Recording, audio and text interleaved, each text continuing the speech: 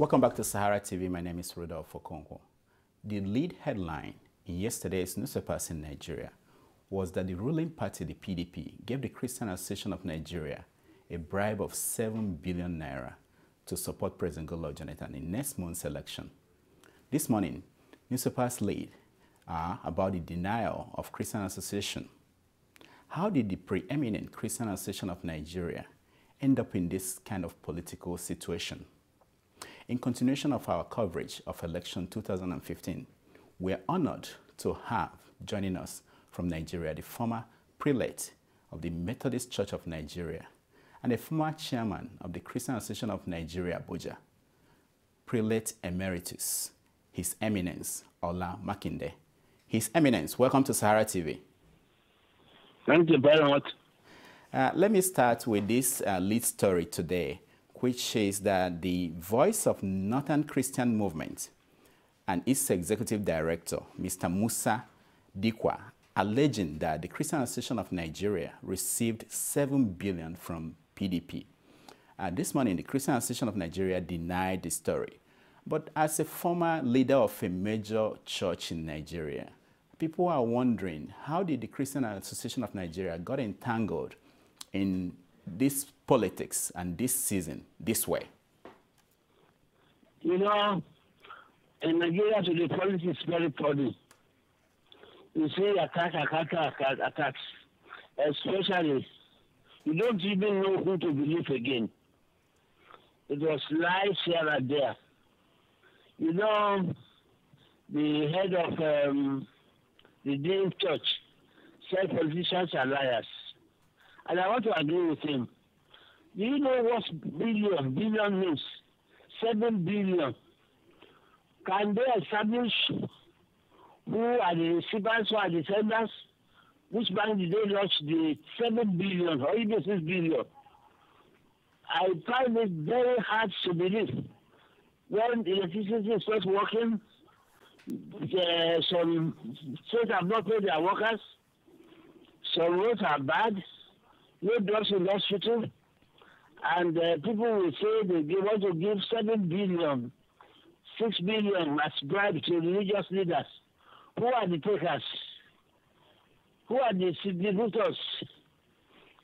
And then if they can, they said 3 million each was given to each state camp. Let them name their names and give their bank account. It's then you know that they are jokers. They are just, you know, they are just doing the two major parties. They are doing each other. They are doing each other. It's a flog me, I flog you.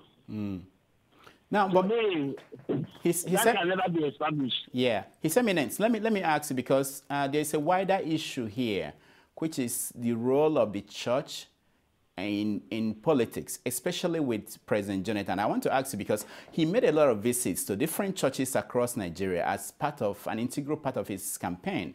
And in fact, in some cases, he made important policy statements in those churches. Did you think there is a risk that we are mixing religion and politics in a different way in Nigeria? No, not that. I don't believe that we should mix religion with politics. But it doesn't mean that when you are Christian, you neglect your worship of God. That the latter is a Christian doesn't mean that he should not go to the church and worship. That one should not go to the mosque and worship. And you see, we have different denominations. This one is an Anglican. And he has every right to go to any denomination that belongs to all Christians to worship. And when they tell him to respond, they have to tell him, this is what I have for you. But I believe can and churches must be apolitical. Because there's no church today in Nigeria, you don't have APC, you don't have PDP. PDP. So the church must be apolitical. The minister must be apolitical. Can associations must be apolitical. The mosque must be apolitical if we want Nigeria to grow. But unfortunately, they have mixed religion with politics, and it's very, very unfortunate. I know that from your record, you were chairman of CAN, Abuja branch. In Abuja, yes. Yeah. Do you see any difference in the way CAN is run today compared to when you were in CAN, when you were chairman? Yeah, we faced a monster then. I was a CAN when the military was ruling. In 1999, then it was when Obasanjo came. So you cannot compare military regime because we fought the military pants down that they should return the country to democracy. But I'm a democratic system now. That's a difference, honestly. Mm. Now let me.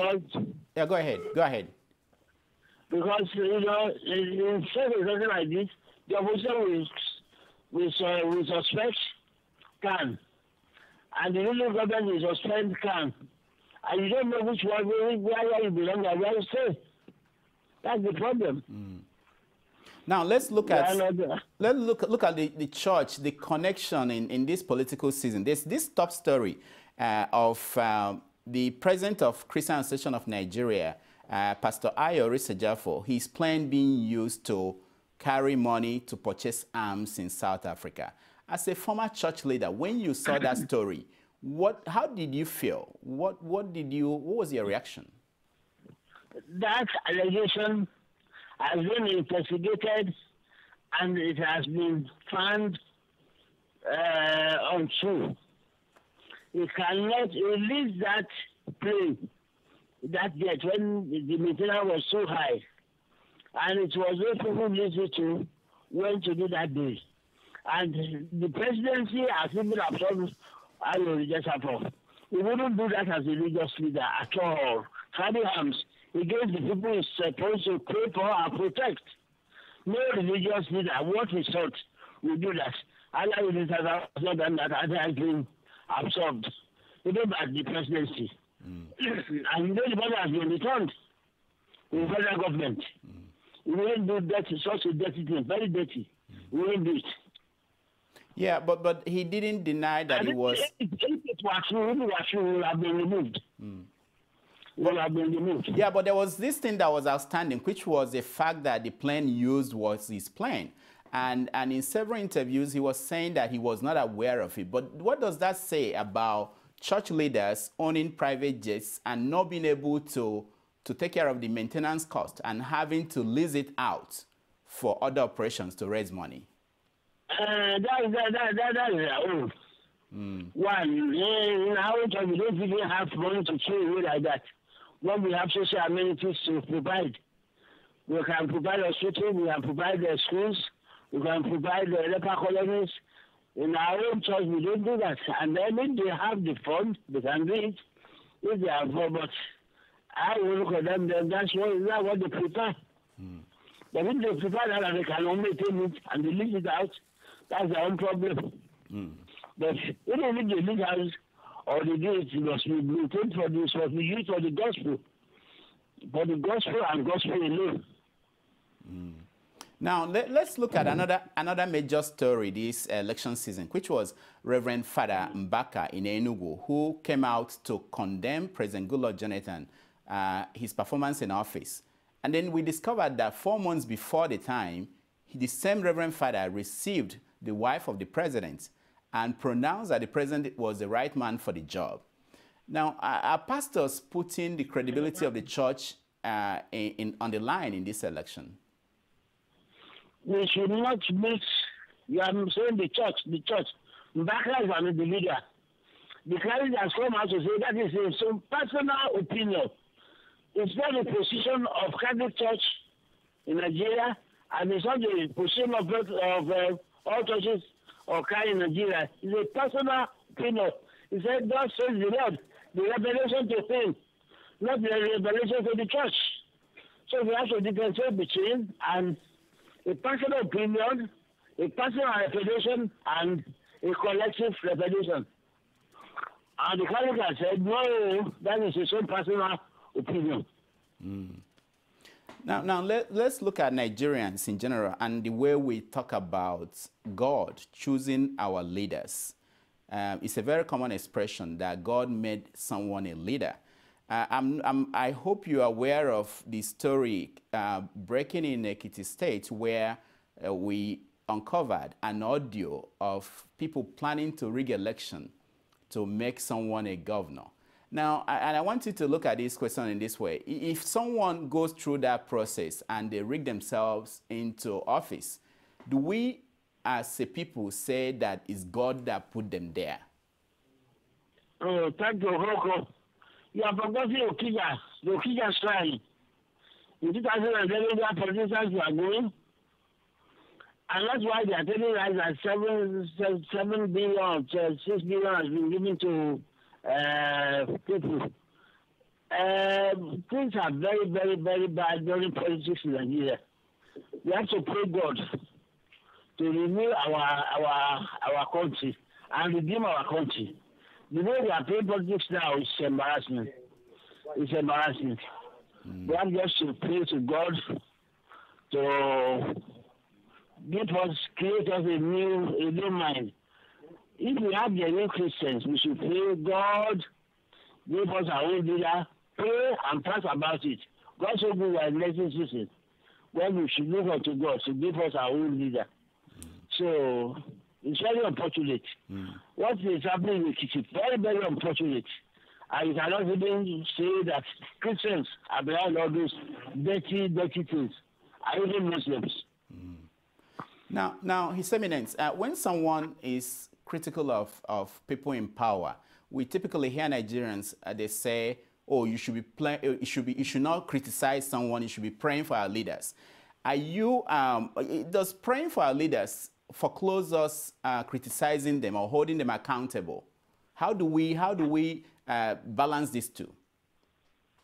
You can balance it creditably. When they are doing wrong, commend them, and when they are doing right, you commend them. When they are doing wrong, you must say, to God, condemn them, and don't demonize them. They are children of God. And if you know the problem we have now, the Nigerians are fastidious. If you look close to them, they say you are calling people. If you stand and look and you condemn them, they give you another name. You know, the Nigerians, they are worse than whole Jews. They are very, very fastidious. Nobody can easily satisfy the Nigerians. May God deliver us, honestly. Now, His Eminence, let me ask you this, because on the part of pastors, we hear this all the time. Many of them will deflect any kind of criticism or any attempt to hold them accountable by saying that that the Holy Book said, do not touch my anointed. Is that expression God's sanction of kind of immunity from criticism of anything any pastor does? Do not touch my anointed. It's a righteous one. Look at what the king in Nigeria here. You know what has happened to him? Yes. You know, when you have to be a righteous person because the people will not touch you. If you pretend to be a religious leader and your ways are not righteous, people will touch you 7 times and God will bless them because of punishing them. That's it. Now, the church in Nigeria, especially in northern Nigeria, has been a major target of Boko Haram militants. I want to tell you, major target. Yeah. Coach me anywhere. Yeah. Major target. Yeah, that's what. The agenda. The agenda should islamize Nigeria, which can never happen. There was one time they said even Jonathan was apostate, must change his religion, convert. Yeah. It's an Islamic agenda to be either the black or not. But some people are denying that. But they are not true Christians, Muslims. The religious leaders, especially like the Sultan of Sokoto, said they are not Muslims, non-Muslims. They are no Muslims. We have been living together for many years. But for somebody to just wake up and continue to kill people, continue to kidnap people, it's Islamic agenda which can never work. So what is but that's the agenda. That's the religious. It's religious. That's the agenda. Do you think that this government, they've done well in fighting them, or do you think they are lacking in some ways?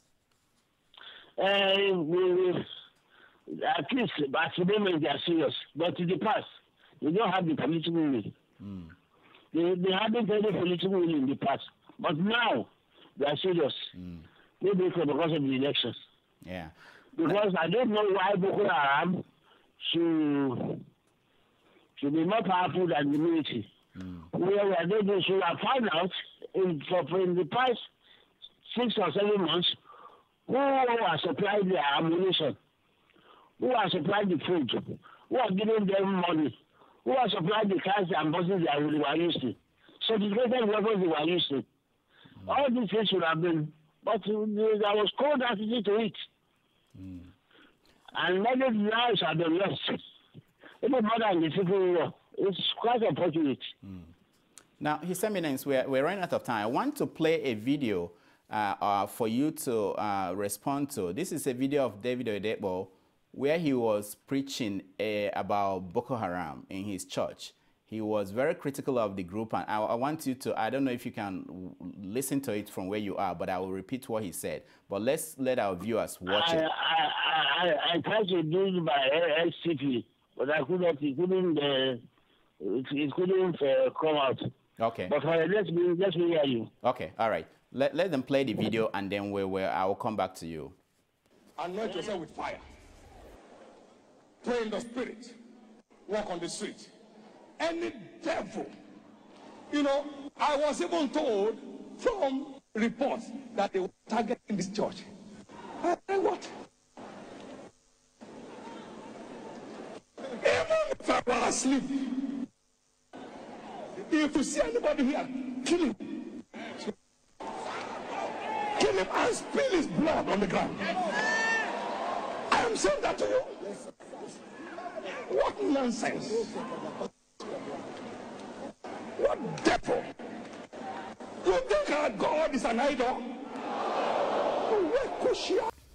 All right. His Eminence. Yes. Okay. So he was saying in this clip that we just showed our viewers that if you see anyone that looks like them, that is Boko Haram members, you should kill them. Don't even report to anybody. Kill them. And I know there is anger with some church leaders about how the church has been attacked. But do you think this is the right approach to dealing with? Well, Okoko. Yeah. Don't forget that Oyedepo is human. It's human. It's not God. Everybody, we are human. That's part of humanity in us. Because if you see, imagine if we are playing on one of those girls, 219, for the past 3 months, you don't see your daughter, you don't know whether they are using these girls as female bombers. Will you not be pained? Go all the northeast, all the local bands they call the Boko Haram conquered. They have been showing all the churches. Yesterday they kill 30 in the market, killing people just like dogs. They have no sanctity for human life. As human beings, you can say this, say the same. You know what they call jihad in the other church. When I was jihad, the Christian has to come with crusade. Nobody has monopoly of violence. Of violence.